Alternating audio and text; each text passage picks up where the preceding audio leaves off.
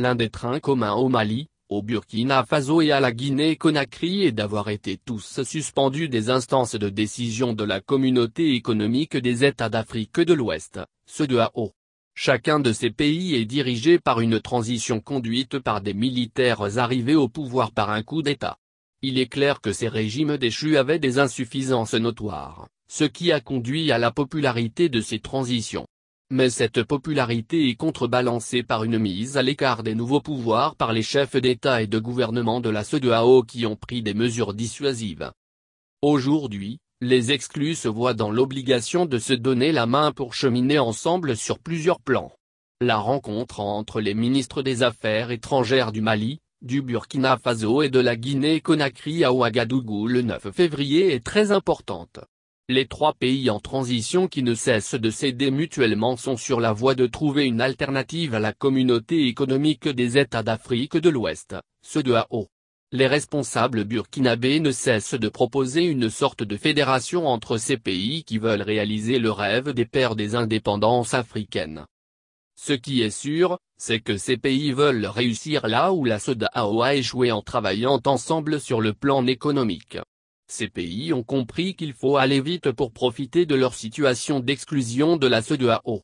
La Guinée-Conakry qui dispose d'un port important voit déjà l'activité économique se développer grâce aux importations des pays comme le Mali et le Burkina Faso. Le Premier ministre guinéen qui sollicite une fédération souhaite éviter l'embargo qui frappe ces importations d'armes dont certaines ont été bloquées dans des ports de pays membres de la CEDEAO. Il s'agit d'une opportunité pour les exportations du Burkina Faso qui est l'un des grands pays producteurs de coton. Selon les estimations, la production de coton n'a baissé que de 3%, à 965 000 balles, la baisse de productivité liée aux insectes étant compensée en partie par la progression de 5% des superficies, à 625 000 hectares. En conséquence, en 2022-23 les exportations de coton du Burkina progresseraient de 7% pour atteindre le million de balles, faisant fondre les stocks qui restent à 18 000 balles à la fin de cette campagne contre 78 000 balles en 2021-22. Le port de Conakry est aussi utilisé par le Mali pour ses exportations et importations. Ainsi, du 27 au 29 mai 2022, une délégation malienne conduite par le ministre du Développement rural, Modibo Keïta, et le président directeur général de la CMDT, Hernango Dembélé, s'est rendu à Conakry pour assister aux opérations d'empotage de la fibre de coton et à son embarquement dans le bateau vers des pays acheteurs. Le premier navire transportant 750 tonnes de fibres de coton a pu quitter le port de Conakry vers sa destination finale. Le Mali venait de trouver une alternative à l'embargo des pays de la CEDEAO. On se souvient que la délégation malienne, après la visite des installations de la société Alport Conakry et aussi les magasins de stockage de balles de coton mis à la disposition de la CMDT, a pu découvrir la zone d'extension du port qui fait partie du nouveau projet de la société pour augmenter les capacités du port autonome de Conakry et également mettre les clients à l'aise dans l'optique de faciliter le transit des balles de coton et d'autres marchandises en provenance ou en partance pour le Mali. Les trois pays marchent ensemble dans un espace économique déjà intégré, et les barrières que la CEDEAO n'a pas su enlever entre les populations sont en train d'être démantelées. C'est ainsi que la libre circulation des personnes et de leurs biens est devenue une réalité entre le Mali et la Guinée-Conakry en 2022. Par ailleurs, les trois pays représentent une réserve de richesse importante. La Guinée dispose d'un potentiel minier important, considéré comme un des leviers de l'économie nationale. À ce titre, le secteur minier a été placé au cœur d'un vaste et profond processus de réforme visant à renforcer son impact sur l'économie nationale, et plus généralement sur le développement socio-économique du pays. Les trois délégations ont noté la tenue de consultations politiques et diplomatiques au plus niveau afin de faire de ce partenariat Bamako-Conakry-Ouagadougou un axe gagnant pour le bien-être des populations, a affirmé Olivia Rouamba. Il s'agit du développement du commerce, des transports, de l'approvisionnement en produits de première nécessité, de la formation professionnelle, du développement rural, de l'exploitation minière, de la culture et des arts. En perspective, plusieurs points ont été retenus. Il y a la facilitation de la fourniture en hydrocarbures et en énergie électrique entre les trois pays, le développement du commerce et des transports du port de Conakry jusqu'au Burkina Faso en passant par le Mali et l'organisation de l'exploitation minière entre les trois pays.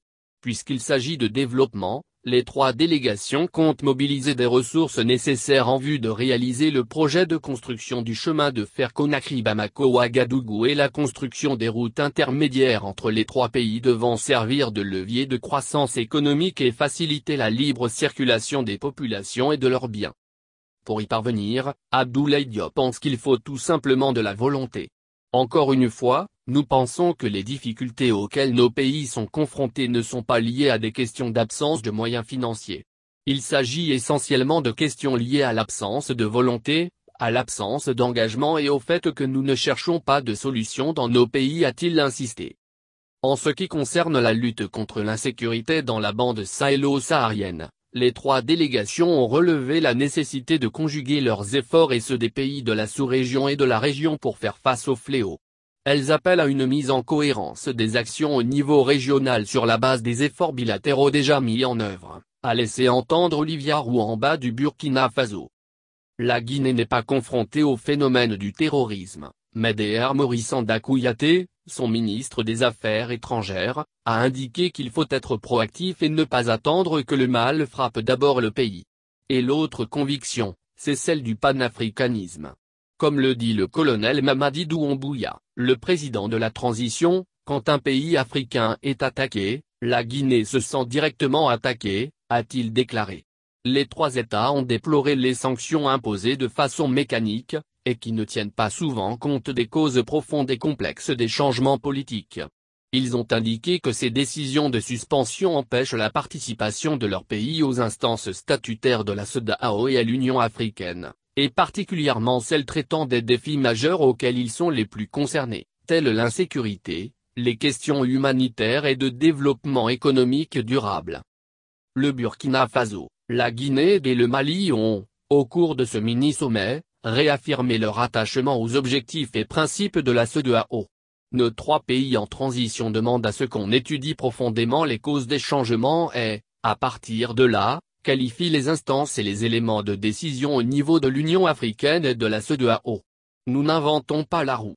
Nous ne sommes pas contre l'Union africaine, nous ne sommes pas contre la CEDEAO. Nous voulons plutôt donner l'exemple à travers ces trois pays que nous pouvons faire mieux, qu'on peut faire plus pour les populations africaines, a déclaré Dr Maurice Anda Kouyaté. Au terme de cette rencontre tripartite, les délégations se sont engagées à renforcer le partenariat entre leurs pays et à encourager la recherche de solutions endogènes aux défis auxquels ces pays sont confrontés.